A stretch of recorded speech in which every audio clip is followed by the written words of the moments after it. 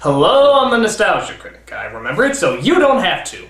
As you all know, I am a perfect god among men who makes absolutely no mistakes whatsoever. Why? Because I have a crack team of researchers and scientists to make sure that every single solitary thing I put in my video is absolutely perfect.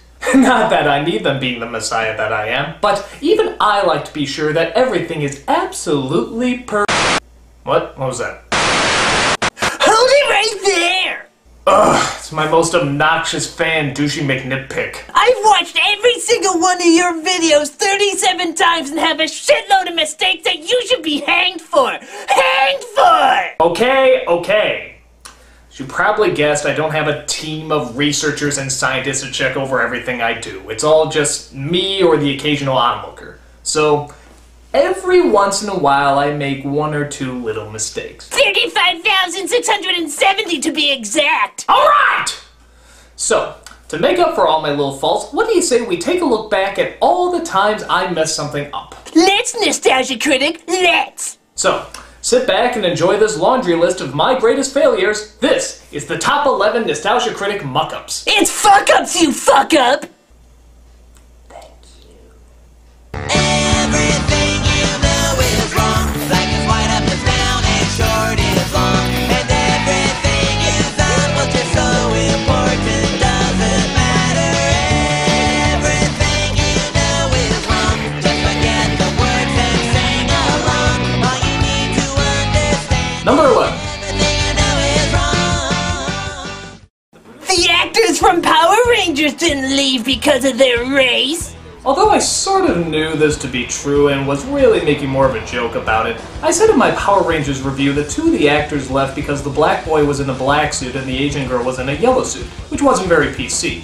The actual leaving of the actors was not for that reason. In fact, the Red Ranger disappeared at this time as well. Why did they leave? I'm not really sure. Some say it was a money issue, others say it was because they weren't popular enough. I personally don't know. And to be honest, I don't really know why you need an excuse to leave the show. But the one that I gave wasn't it.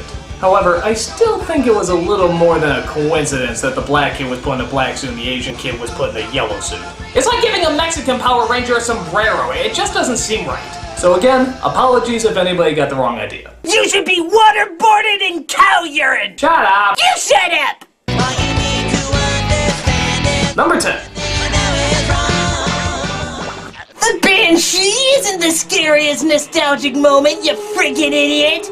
Again, thanks for the comment. Now, to be fair, this was the very first top 11 list I ever did, so it only makes sense that wouldn't be necessarily the best. I put the Banshee from Darby O'Gill and the Little People as number 1 because it really did scare the shit out of me. And it still kinda does. I just wet myself right now, it's that scary. But the more I look at it, the more I realize it is a pretty cheap effect. If you didn't see the movie like a lot of people did, you didn't have any time to let the atmosphere build up, which I think is a big part of it. It probably would have been wiser to put Willy Wonka's Demon Tunnel at number 1 and then maybe throw the Wheelers in from Return to Oz in the other spot. But I don't care, I still find this bitch scary, even if no one else does. Still, I should have thought more about it and what would be universally scary as opposed to what just scares me. If I just went by what scares me, half the Pauly Shore movies would probably be on the list. Not one of my better picks, but just keep in mind that it was quite literally my first pick. Stupid! You're so stupid! All you need to understand is Number 9. you know is wrong. Why were you wearing eyeliner in the Superman countdown? This is one of my more embarrassing fuck-ups. I actually filmed this review right after I filmed another certain sketch. A certain sketch that will never be named again. Melvin, brother of the Joker. Melvin, brother of the Joker. At least play a different song! So yeah, I thought I got all the makeup off from that sketch, but obviously a dozen emails saying I look like a goth drag show proves me wrong. So I had to do the whole review looking like a pussy, end of story. I mean, it's not like I walk around wearing other women's apparel all the time. Lucy! Where did you get that? From my deepest hate of you! I also have a picture of you kissing Divine and doing the can-can with Hitler. Look! He's doing the can-can with Hitler! I'm funny! I really hate you. All you need to understand is Number 8. you know is wrong. Those weren't all Drews on posters! Yeah, it's pretty bad when a tribute to someone's work doesn't have a good chunk of their work. For example, this Star Wars poster wasn't his, and neither was this one for Follow That Bird. This and a couple others were actually done by Stephen Chorney, who is also a wonderful artist working in that same sort of Struzan style. In fact, I found out that he actually is often mistaken for Drew Struzan, so you can understand the mess up. It's good work though. If you don't know his stuff, definitely check out his website, it really kicks ass. With me saying it was Drew Struzan, however, it was just another one of my fuck-ups. But to be fair, Drew Struzan himself sent me an email, I'm dead serious about this, and said that most people that do interviews or stories about him always get the wrong posters. He also said, if anything, I was one of the closest he's ever seen to getting them all right. So, You moron! Number 7. The secret passageway in Baby's Kids isn't impossible. Now this one I will always defend because I don't think I was wrong on this. If you don't remember the bit, here's how it went. Well, apparently going to the left side of the bookcase drops you off in one room, and going to the right side of the bookcase drops you off in another. That's just impossible! I mean, think about it! If a bookcase opens up, it spins around in a circle, so that means that there can only be one room, because if there's a wall separating the two rooms, the bookcase wouldn't open! Now, a lot of people have told me that it can open up and lead to two different rooms if the wall dividing the two rooms stops at just where the bookcase stops turning. True, but here's my argument. If the wall only goes that far, then technically you can just turn the bookcase back a bit and easily squeeze into the other room, meaning you're not just limited to where the bookcase leads you. The only way you couldn't get through this room is if you were the size of a hippo or something. And you're not. You're the size of a fucking little kid. So in my opinion, this still makes no sense. I fucked up? No. You fucked up! But to the credit of those who complained about this, I guess I could say that maybe I could have explained it a little better. And that technically can count as a fuck-up then. That's a horrible game anyway, so who gives a shit? I do! If I can't trust an internet celebrity who watches cartoons and shouts obscenities, then who can I trust? People with some expertise. No! Number 6. That was a forklift and barbed wire, not a bulldozer. Yes, this is one of my more obvious mistakes. You don't have to be a construction worker to know the difference between a goddamn bulldozer and a forklift. Yet for some reason, I in fact did call the forklift a bulldozer. I don't know what I was thinking, it's so obviously a forklift. How could I get that wrong? A bulldozer! I'm driving a bulldozer! Plus, as many people pointed out, it forced me to leave out probably one of the most obvious jokes I ever could have put in a review. They tried to kill me with a forklift, huzzah! It wouldn't even be so bad if I just said it once, except for the fact that I said it over and over again. A bulldozer! Bulldozer. Bulldozer. I'm driving a bulldozer! So obviously I couldn't just say it was a slip of the tongue. My tongue would be more slippery than a banana peel skating on greasy black ice. That was forced. Shut up! You shut up!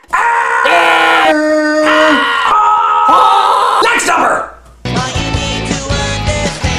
Number 5. That wasn't our Carney in Last Action Hero. Now some of you might not even know what I'm talking about here. First of all, he was in Last Action Hero, wasn't he? He's the guy that dies right before he gets blown up. A little redundant, but whatever. Well, that's not what I said when I first did the review. Somehow I got it mixed up and thought that the actor who played the theater custodian was Art Carney and that this other guy was someone else, when in fact the actor's real name was Robert Prowski. And of course this is the guy Art Carney played. Now I actually caught this mistake fairly early on and actually switched the names around before I sent it out to be posted. But the switchings of the name was pretty obvious. Danny is friends with the projectionist at a movie theater played by Robert Prowski. Prowski offers him an advanced screening. Danny heads to the movie theater where Prowski is waiting. The kid has had an amazing adventure. He reunites with the Prowski character.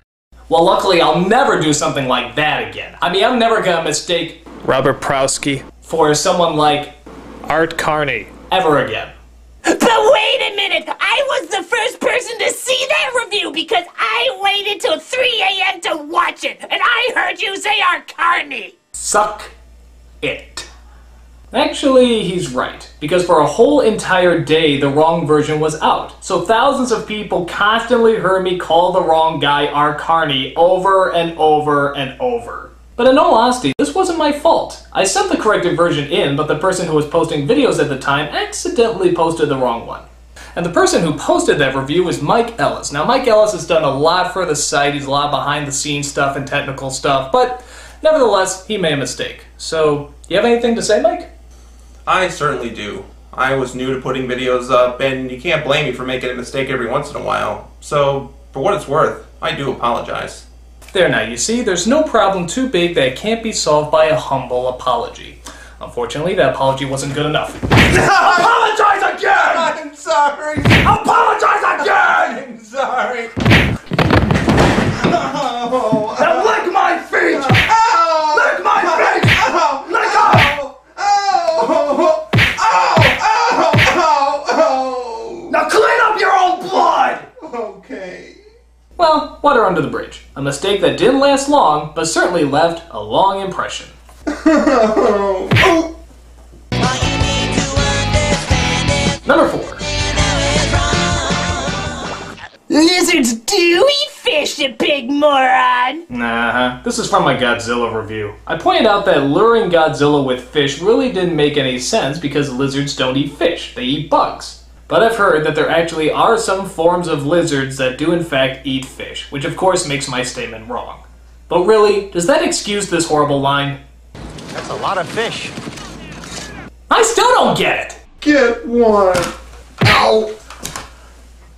Nothing too much to really say about this one. I said lizards don't eat fish, they do, so let's move on. Idiot. Number 3. How dare you make fun of Mako, you ignorant bastard! Yes, I'll never hear the end of this one. This all started with the TMNT review, which I like to point out everybody requested me to do and yet got really pissed off when I did it. Does my audience just have multiple personality disorder? Well, anyway, it got to the part where Splinter shows up and I simply didn't think his voice matched. It just sounded way too shaky for me. It wasn't like the Splinters I heard before. Well, this started an outrage from Mako fans. I didn't know who the guy was, but I quickly found out. Apparently he's an incredibly beloved actor, having been nominated for an Oscar and doing constant voiceover work in the hit show Avatar. It also didn't help that the guy died from esophageal cancer, and I made a friggin' cigarette joke in the review. Each of your brothers. Oh god, what did they do to Splinter's voice? It sounds like Mr. Miyagi if he smoked a million Marlboros.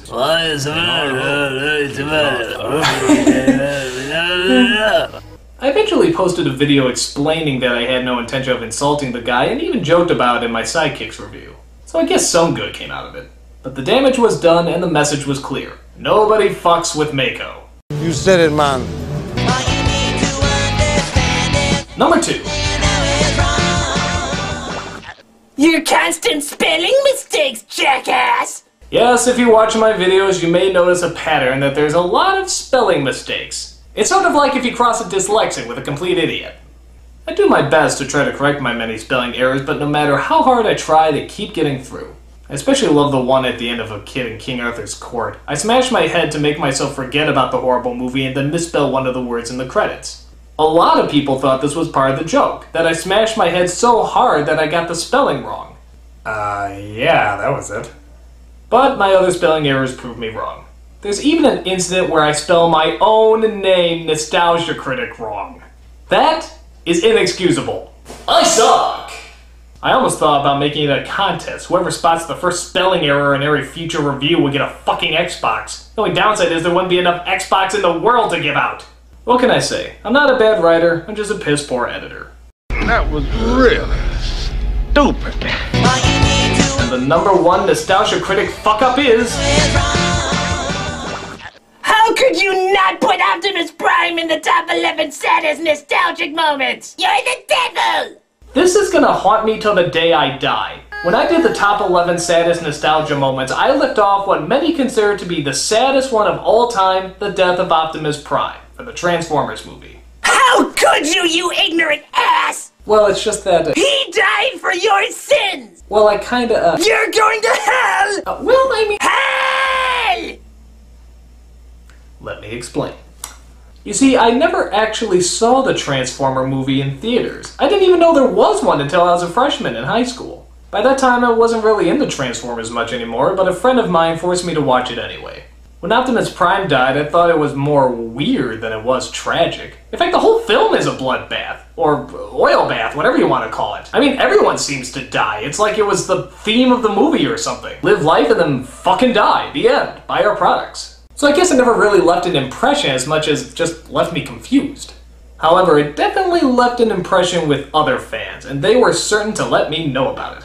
I felt so bad for leaving it out that my next review I turned Optimus Prime into Jesus Christ. Now give me credit, that was nice of me. Remember, I died for your sins. But people still to this day can't believe I made such a huge mistake. There were protests in the streets, nations went to war, it tore the world apart. Clearly, there was only one possible thing I could do. To give the situation the dignity that it deserves, I hired one of the greatest generals to read a note of apology that I personally wrote.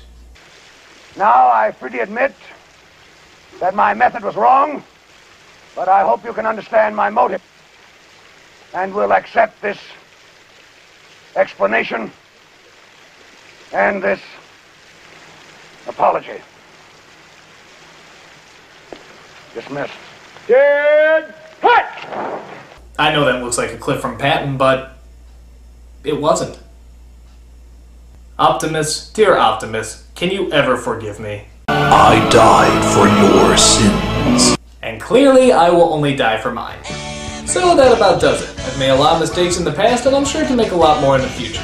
And as always, if I ever make a mistake, don't ever be afraid to bring it up. It's the only way I'll learn.